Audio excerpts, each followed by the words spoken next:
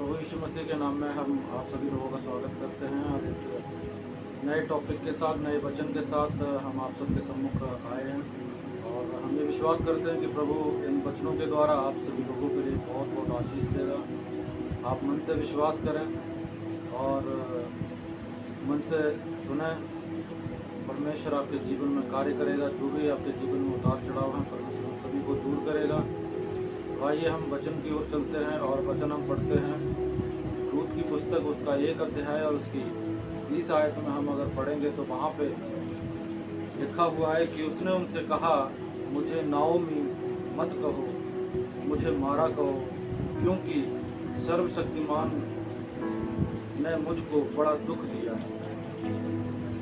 मेरे प्रियो, कई बार मनुष्य बहुत सारी विपत्तियों में, परेशानियों में फंस जाता है और वो परमेश्वर पर दोषारोपण करता है। मेरे प्रियो, वो उन चीज़ों को नहीं देखता जो परमेश्वर ने उसके सहारे के लिए रखी हुई हैं और परमेश्वर हर बात में मदद करता है। लेकिन परमेश्वर जो है वो कभी भी नहीं चाहता कि किसी के साथ कुछ बुरा हो। लेकिन कई बार मनुष्य अपनी दृष्टि से अच्छा और बुरा सोच लेता है।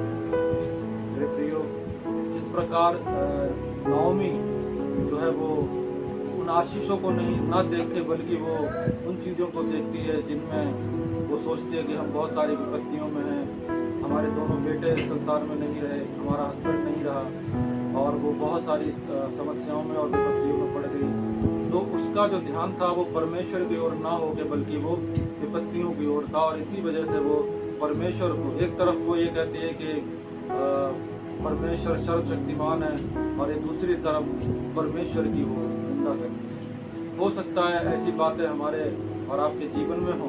तो मेरे प्रियो, आज अपने जीवन को जांचने की ज़रूरत है और इस जो वचन अभी हमने पढ़ा है इसका हम विश्लेषण करते हैं और इसके बारे में हम बताते हैं कि हमारे जीवन में क्या हमें करना चाहिए, क्या नहीं करना चाहिए। तो जैसा कि नाओमी ने बोला कि मुझे नाओमी मत कहो, मुझे मारा कहो। नाओमी और उसका पति जो था अकाल के समय यहूदा से प्रदेश की भूमि एदोम को चले गया था। पर दुर्भाग्यवश कुछ वर्षों पश्चात नाओमी ने अपने पति तथा दोनों बेटों को खो दिया, यानी कि वो संसार से चले गए।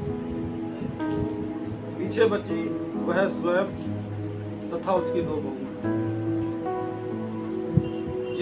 जिनको स्वयं अपनी देख रेख करनी थी, क्योंकि उनका देख रेख करने वाला कोई भी नहीं था। लेकिन वो नाओमी इस बात को सोचती थी कि अब हम ही देख सकते हैं, हम ही सब कुछ कर सकते हैं। वो अपने ऊपर भरोसा करती थी। लेकिन उसने ये कभी नहीं सोचा कि भले वो चले गए, बेटे चले गए, हस्बैंड चले गए, लेकिन परमेश्वर हमारी आज भी देख रेख करता है। तो यहूदा में अच्छी फसल के बारे में सुनकर खुशहाली पूर्वक रहने की आशा में उसने अपने देश वापस लौटने का निर्णय लिया। अब उसने सोचा कि भाई यहाँ तो हमारे पास कुछ है नहीं, कमाने वाले थे वो भी चले गए, अब हम अपने देश को, अपने घर को लौट जाते हैं और वहाँ पर बहुत खुशहाली है, फसल अच्छी है, तो वहाँ पर हम अपना जीवन जो है वो व्यतीत कर पाएंगे। तो उसने क्या करा, लौटने का निर्णय लिया। अपनी दोनों बहुओं को उनके देश वापस लौटने का आदेश देने पर उसकी एक बहू वापस अपने घर चली गई, पर रूत उसके साथ रहने पर डरी। उसकी एक बहू जो उसने दोनों बहुओं को बोला कि भाई आप लोग, हम अकेले हैं, कोई हमारा सहारा नहीं है, आप लोग अपने घर चले जाओ, अपने देश चले जाओ और तुम दूसरी शादी कर लो। लेकिन उसमें से एक बहू जो थी वो चली गई और जो दूसरी बहू जो जिसका नाम रूत था वो डटी रही, क्योंकि वो परमेश्वर की ठहराई थी, इसलिए वो वहाँ पर डटी। मेरे प्रियो, जब बैतलहम के लोगों ने नाओमी को पहचान कर उसके नाम नाओमी से पुकारा, तब उसने उनसे कहा, मुझे नाओमी नहीं, मारा कहो। मेरे प्रियो, कई बार परमेश्वर जो है, हम परमेश्वर को बहुत सारी बातें बोल देते हैं। हम सोचते नहीं है कि जितने कार्य उसने हमारे जीवन में किए हैं उनका हम धन्यवाद नहीं करते हैं और हम उसे दोषी ठहराते हैं। मनुष्य इस योग्य नहीं कि वो परमेश्वर को दोष करे। और वो अपनी परिस्थितियों को लेकर जो है अपना नाम दे देते हैं, मुझे नौमी नहीं मारा। नौमी का अर्थ है मनोहर और मारा का अर्थ है दुखियारी। जीवन के कड़वे अनुभव ने उसका दृष्टिकोण ही बदल दिया। कई बार हमारे और आपके जीवन में बहुत सारी, हम प्रभु में हैं, बहुत सारी विपत्तियाँ परेशानियाँ आती हैं, लेकिन वो परिस्थितियाँ हमारे दृष्टिकोण को बदल देती हैं और हम परमेश्वर पर भरोसा करना छोड़ देते हैं। नौमी को अपने जीवन और उसकी सेवा परायण प्रिय बहू के लिए धन्यवादी होना चाहिए था। उसे परमेश्वर का धन्यवादी होना चाहिए था कि उसने उसकी बहू को ठहराया, क्योंकि वो भी जा सकती थी, लेकिन ये परमेश्वर की अनुग्रह और दया थी जो वो उसके लिए ठहरी थी और डटी थी। उसे धन्यवादी होना चाहिए था परमेश्वर का। तो हर परिस्थिति में हम लोगों को भी धन्यवादी होना चाहिए, चाहे कोई भी परिस्थिति हो, कैसी भी परिस्थिति हो, हमें हर एक परिस्थिति में परमेश्वर का धन्यवाद करना चाहिए। जैसा कि एक नबी थे, उसका नाम था,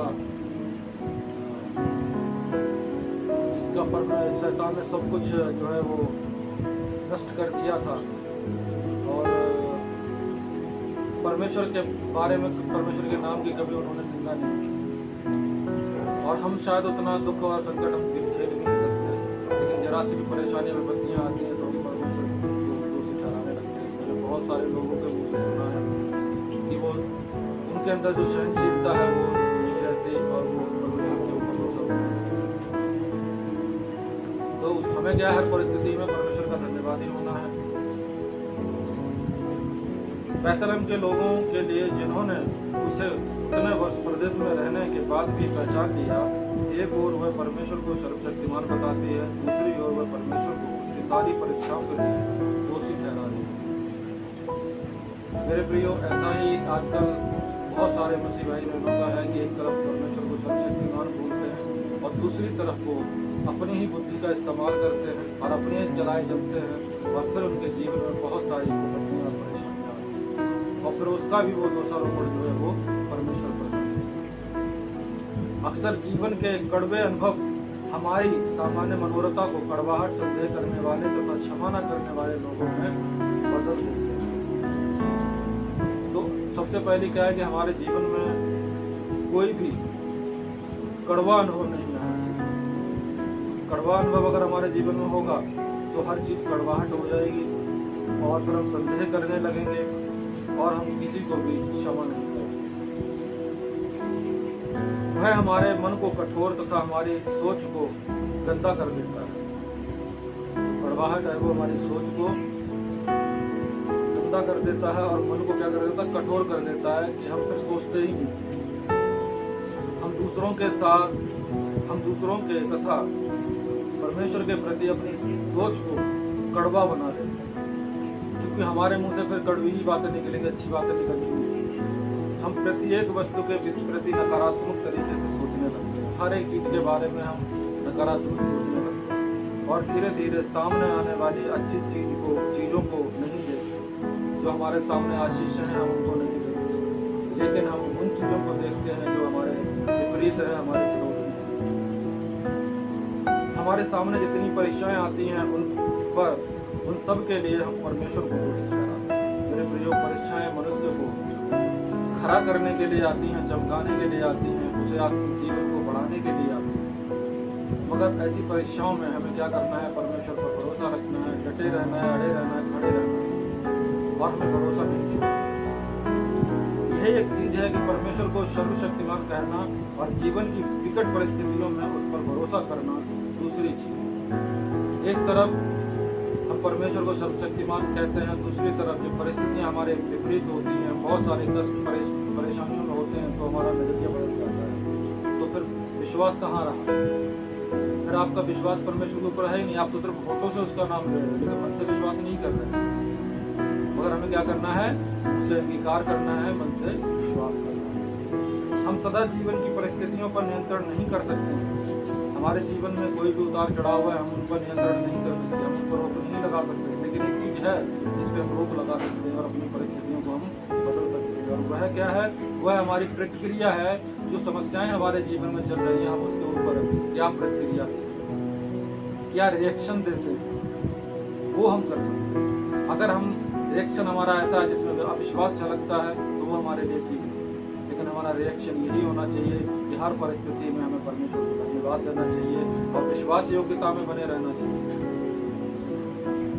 और हमें मन से क्या करना है, विश्वास करना है और मुंह से अंगीकार करना है। तो उन पर क्या प्रतिक्रिया करते हैं ये हमारे वश में है। हमें इस बात पर विश्वास करना आरंभ करना है कि सब परमेश्वर के नियंत्रण में है और उसकी सांत्वना, शांति तथा बल के लिए उसके आगे समर्पित होना सीखना है। जहाँ कोई भी राह ना हो वहाँ वह राह खुलेगा। मेरे प्रियो, जहाँ आपको कोई रास्ता नजर नहीं आ रहा है वहाँ परमेश्वर आपके रास्तों को खुलेगा। मेरे प्रियो, इस वचन के द्वारा प्रभु आप सभी लोगों के लिए बहुत बहुत आशीष है। हम ये आशा करते हैं कि इस स्टोरी के द्वारा, इस कहानी के द्वारा निश्चय आपने आशीष पाई होगी। और जितने लोगों के मन कठोर हैं या इस तरीके की परिस्थितियों में फंसे हुए हैं तो परमेश्वर आज उनसे आपको छुटकारा देगा, आपको आज़ाद करेगा, आपके कड़वाहट भरे जीवन से आपको आज़ादी देगा। तो इस वचन के द्वारा आप सभी लोगों के लिए बहुत बहुत आशीष।